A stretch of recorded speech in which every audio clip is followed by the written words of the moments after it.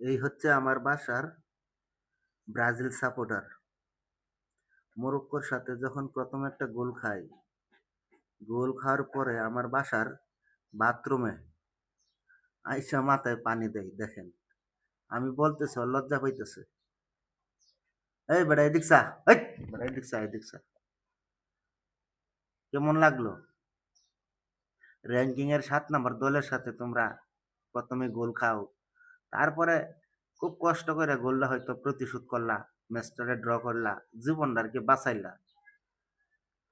এখন চিন্তায় আছে যে দ্বিতীয় রাউন্ড তারা খেলতে পারবো কিনা, আবার চাইয়া দেখা হচ্ছে। সেই চিন্তায় সে বাথরুমে এখনো আছে। শরম পাইতেছে আসলে আমি যেটি বলতেছি। এই হচ্ছে ব্রাজিল সাপোর্টার, লজ্জার কিছু নাই। সামনে ভালো করবা, ঠিক আছে? হ্যাঁ, লুকাইতেছ, আমার দেখে লুকাইতেছ, একটু ভিডিও করতেছে আর কিচ্ছু না।